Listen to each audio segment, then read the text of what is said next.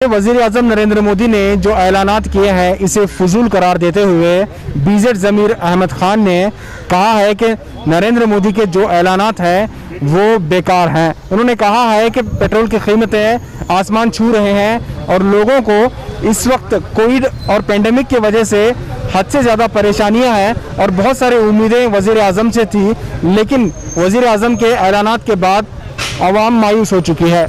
आइए जानते हैं बीजेड ज़मीर अहमद खान क्या कह रहे हैं।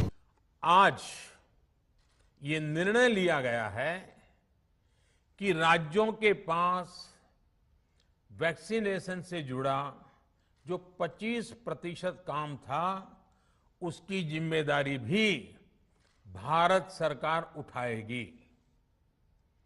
ये व्यवस्था आने वाले 2 सप्ताह में लागू की जाएगी। देश की आवाम को एक बेसब्री से 1 महीने के बाद प्रधानमंत्री ने कल प्रेस मीट किया।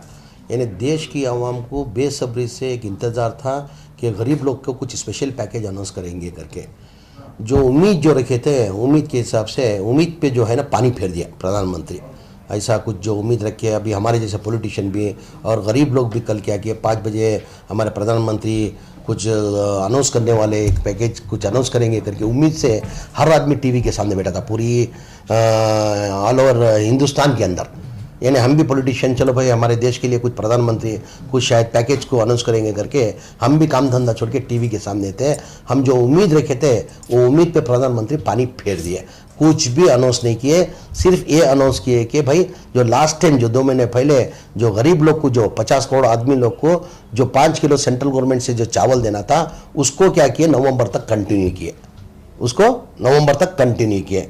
और प्लस ये जो वैक्सीन जो है हर एक स्टेट के अंदर, समझो हमारा कर्नाटका स्टेट में जो वैक्सीन लेते थे हम लोग सेंट्रल गवर्नमेंट को 250 रुपये देते थे सेंट्रल गवर्नमेंट को, वो वैक्सीन फ्री कर दिए। वैक्सीन फ्री करके मेहरबानी नहीं कर दिया है। हमारी कर्नाटका स्टेट से जो जीएसटी टैक्स जा रहा ना उसका अंदाजा नहीं, करोड़ों रुपए के अंदर टैक्स जा रहा है। उसके अंदर ये कोई बड़ी मेहरबानी नहीं, तुम 250 रुपये का वैक्सीन आप फ्री करके दे दिया, वो कोई मेहरबानी नहीं है। हम जो उम्मीद रखे थे प्रधानमंत्री से वो उम्मीद के हिसाब से हमारे को पैकेज कल अनाउंस नहीं हुआ, ये दुख की बात है। उसके साथ साथ में आप देखे होंगे ये जब बीजेपी हुकूमत आई थी, प्रधानमंत्री जी कभी भी स्पीच के अंदर बोलते थे गरीबी हटाऊंगा, अगर गरीबी आपको हटना है तो बीजेपी को हुकूमत में लाना पड़ेगा, देश के अच्छे दिन आएंगे, देश का अच्छा होएगा, सबका साथ सबका विकास करके हर भाषण में बोलते थे।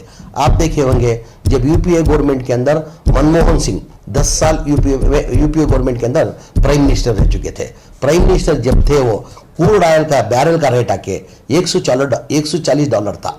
कितना था? जब डीजल कितने में बिकता था? 60 पर 8 रुपए में डीजल बिकता था, पेट्रोल कुछ 62 रुपए में बिकता था। आज वही क्रूड ऑयल एक बैरल का जो है $70 पर $1 में मिल रहा है। कितना?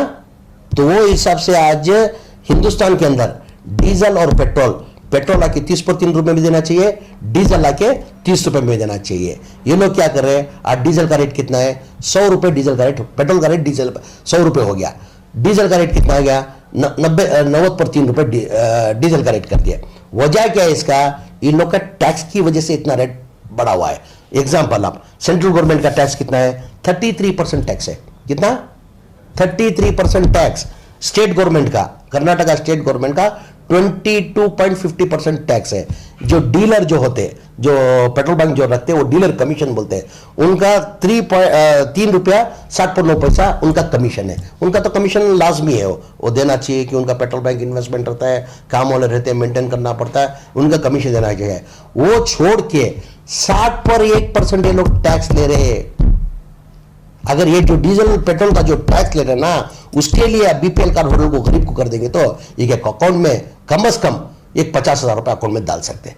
मगर ये लोग कुछ नहीं कर रहे, खाली नाम के वास्ते लोग पैकेज अनाउंस कर रहे हैं। अभी कर्नाटका का भी जो पैकेज है एक नाम के वास्ते, उसके अंदर कुछ फायदा नहीं। मैं वही तो माने मुख्यमंत्री को हमारे कर्नाटका स्टेट के बोल रहा हूँ। अब जो पैकेज जो अनाउंस किए थे, पहले 1200 करोड़ का अनाउंस किए थे, बाद में 500 करोड़ का अनाउंस किए। उसके अंदर वक्फ बोर्ड के मौजूद इमाम का छोड़ दो, मुद्रा डिपार्टमेंट के स्वामी जी लोग का छोड़ दो, वो 250 करोड़ तक होता है। बचत का कितना होता है? 1700 करोड़ से 250 करोड़ जाएगा तो 1450 करोड़। वो एक काम करो, 1450 करोड़ आप रद्द करो, एक सही आप गरीब के बारे में हमदर्दी है, सही में आप गरीब को मदद करना चाहते हैं, सही में गरीब के दुख दर्द में आप आना चाहते हो, तो एक काम करो, आपके पास डाटा है, हमारे बीपीएल कार्ड का आपके पास डाटा है। बीपीएल कार्ड के अंदर पूरे टैक्सी ड्राइवर आ जाएंगे, ऑटो ड्राइवर आ जाएंगे, जो बाल काटने वाला आ जाएगा, फार्मर्स आ जाएगा, हर आदमी उसके अंदर आ जाता है, हर आदमी आता है। हर रोज के अकाउंट में आप 10-10 हज़ार रुपए डाल देंगे तो उनकी भलाई होगी। आपने सेंट्रल गवर्नमेंट से 5 किलो चावल सेंट्रल गवर्नमेंट से दे रहे हैं, वही अभी कंटिन्यू किए नवंबर तक। हमारे इधर हमारे सिद्धरामैया जी जब मुख्यमंत्री थे 2014 के अंदर 2013 के अंदर ही अनाउंस किए थे, कोई भूख से भूखा नहीं सोना चाहिए, तो उसको गरीब को करके 7 किलो एक आदमी को चावल दे रहे थे। यानी एक आदमी के घर में अगर 5 मेंबर है तो 35 किलो चावल मिलता था। यानी कई के लिए वजह क्या थी, कोई भूख से सोना नहीं चाहिए करके, बराबर ना। तो तुम 7 केजी को क्या कर दिए, 3 केजी लगा के खड़ा कर दिए। अभी कोविड करके क्या कर दिए, 5 केजी कर 3 केजी चावल, 2 केजी रागी दे रहे, बराबर ना। 2 केजी रागी आप दे रहे, 5 केजी कर दिए। अभी खाली आप रागी चावल देंगे तो गरीब कहां से खाएगा? खाली क्या पानी में मिला के खा जाएगा चावल? उसके लिए दूसरा और कुछ नहीं चाहिए, उसके लिए सालन वालन नहीं होना चाहिए।